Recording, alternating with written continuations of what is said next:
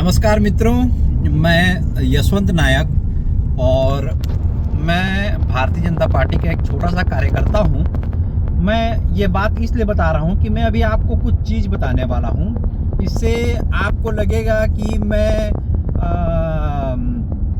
आखिर भारतीय जनता पार्टी से जुड़ा क्यों हूं। भारतीय जनता पार्टी जो एक्चुअल में देश के विकास के लिए कोई काम करना चाहती है, वो एकमात्र पार्टी है।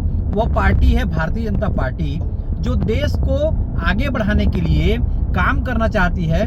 वह एकमात्र पार्टी है भारतीय जनता पार्टी।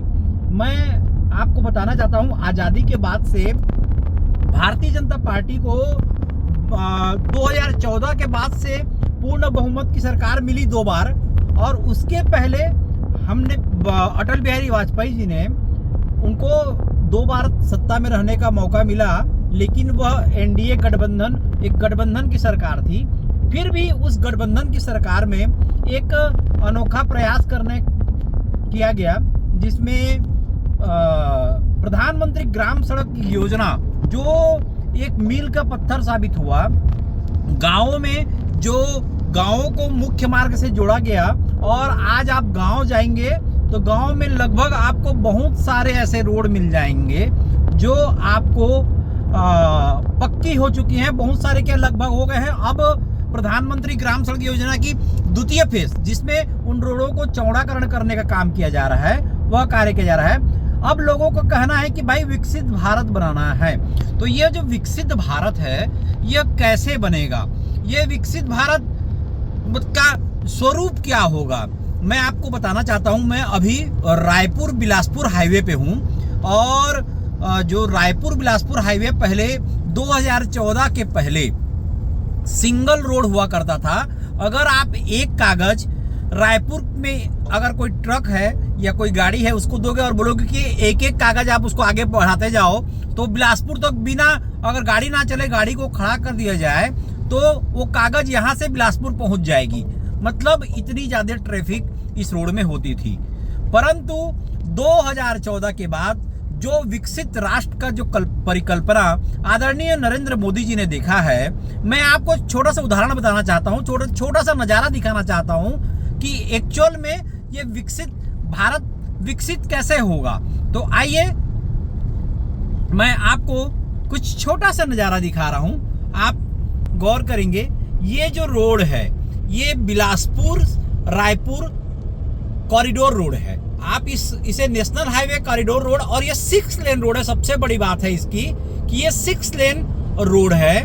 पहले ये सिंगल लेन हुआ करती थी, लेकिन अब ये जो 6 लेन रोड है, यह जो बिलासपुर की सिरगिट्टी एरिया, जो इंडस्ट्रियल एरिया है, और अपने रायपुर की जो उरला एरिया है, उरला के आसपास बहुत सारे इंडस्ट्रियल एरिया है, उसको यह एक प्रकार से जोड़ती है। और मैं आपको बता दूं, वहां से भिलाई के लिए, भिलाई में बड़े स्टील प्लांट हैं, और ये एक इंडस्ट्रियल एरिया का पूरा मतलब बहुत बड़ा हब है, उसको जोड़ती है। उसके लिए यह 6 लेन रोड बना दिया गया है, और इसमें अब आसानी से जो ट्रक हैं वह इधर उधर आ जा रहे हैं, और किसी प्रकार का कोई ट्रैफिक का डिस्टरबेंस नहीं है।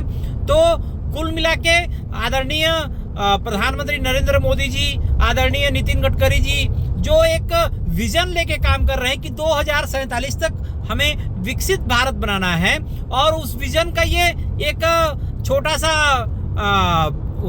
अपने को ये कहना चाहिए कि एक छोटा सा ये उदाहरण है कि किस तरह से 2047 तक विकसित बनाने के लिए कार्य चल रहा है। और मैं आपको बताना चाहता हूं कि छत्तीसगढ़ में जो हमारा छत्तीसगढ़ है, आदरणीय नरेंद्र मोदी जी को बहुत ही भाता है।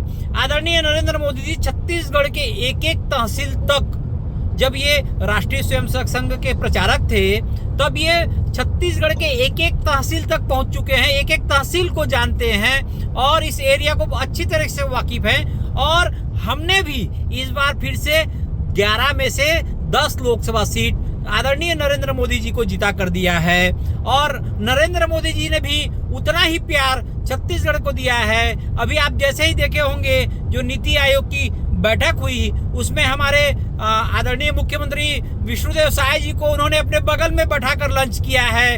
अभी जो ग्रुप ऑफ मिनिस्टर्स जो बना हुआ है जो जीएसटी काउंसिल के लिए, उसमें एक मतलब सच में एक जो जिस व्यक्ति को उस ग्रुप ऑफ मिनिस्टर में होना चाहिए, आदरणीय ओपी चौधरी जी को उस ग्रुप ऑफ मिनिस्टर्स में जगह दी गई है। यह हमारे लिए गौरव का बात है कि जीएसटी की जो भी वो होगी, ये इसमें आपको मतलब हमारे आदरणीय ओपी चौधरी जी जो हमारा प्रतिनिधित्व कर रहे हैं, वित्त मंत्री हैं, उनकी भी भूमिका वहाँ होगी।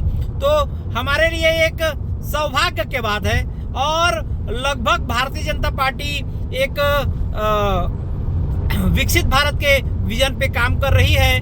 मैं आपको दिखाना चाहता हूँ, मेरे सामने इस जो रोड है, इस रोड में जन सेवा ही भावना बोहरा जी जो विधायक हैं वो अपना एक भावना फाउंडेशन चलाते हैं। देखिए किस तरह से उनकी एम्बुलेंस सेवा भी अभी हमको इस रोड पे दिख गई है। ये हमारे लिए सौभाग्य का विषय है। और मैं आपको बताना चाहता हूँ कि हम अब एक तीसरी बड़ी शक्ति के रूप में बहुत जल्द अर्थव्यवस्था के तीसरी बड़ी शक्ति के रूप में हमारा देश उभरेगा और इसमें हमें भी सहयोग करना है। और को कैसा लगा, मैं एक छोटा सा आपको प्रस्तुति दिया हूँ, शायद आपको पसंद आए या ना आए, कई लोगों को पसंद नहीं भी आएगा क्योंकि कई लोगों के विचार भी अलग होते हैं, कई कांग्रेसी मानसिकता के हैं, उनके दिमाग में कचरा ही भरा हुआ है जिसे ठीक नहीं किया जा सकता। और एक्चुअल में देश की जनता ने अपना खूब प्यार नरेंद्र मोदी जी को दिया है, ऐसा ही प्यार हम आगे भी देंगे। और अभी अमित शाह जी ने कहा है 2029 भी भूल जाइए क्योंकि आएगा तो मोदी ही। धन्यवाद, नमस्कार।